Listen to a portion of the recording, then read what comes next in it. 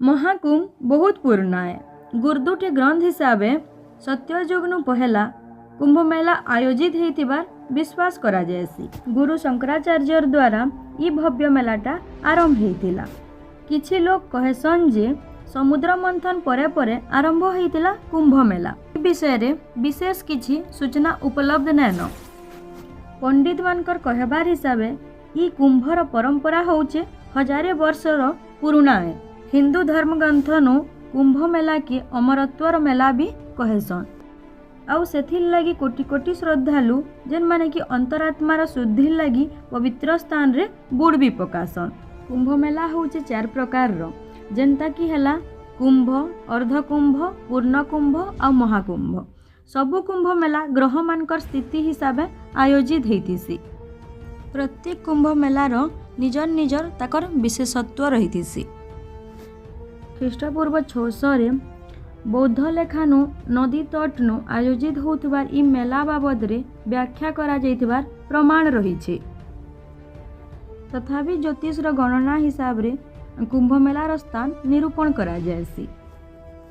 ज्योतिष आउ साधु संत मानकर मुखिया जी आन सभी मिसी करी गुटे स्थान निरूपण करिथिसन। स्थान निरूपण करबार लगी ज्योतिष माने बृहस्पति और सूर्यंकर स्थिति के निरीक्षण भी करिथिसन।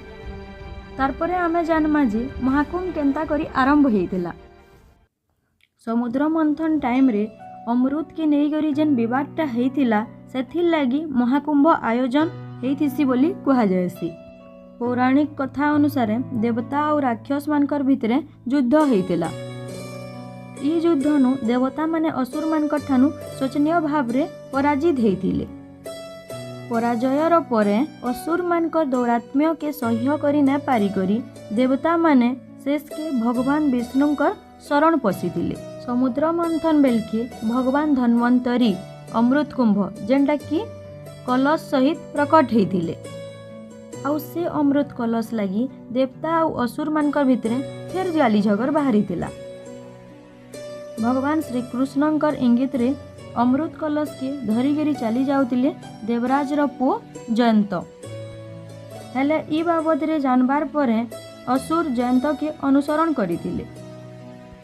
अमृत कलश के पायाबार लगी देवता और राक्षस मानकर भितरे 12 दिन तक भयंकर युद्ध होइतिला। ई युद्धनु शनि, चंद्र, सूर्य इमाने सब देवता माने अमृत कलश के रक्षा करिथिले।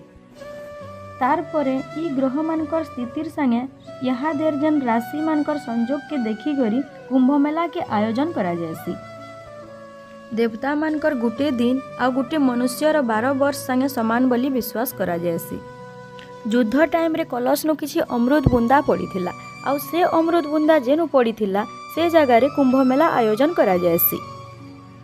जेनटा कि हला प्रयागराज, हरिद्वार, उज्जैन, नासिक ई जगह मानकु अमृत बुंदा पड़ीथिबार विश्वास करा जायसी और से जगह मानकु ही कुंभ मेला आयोजन करा हेसी।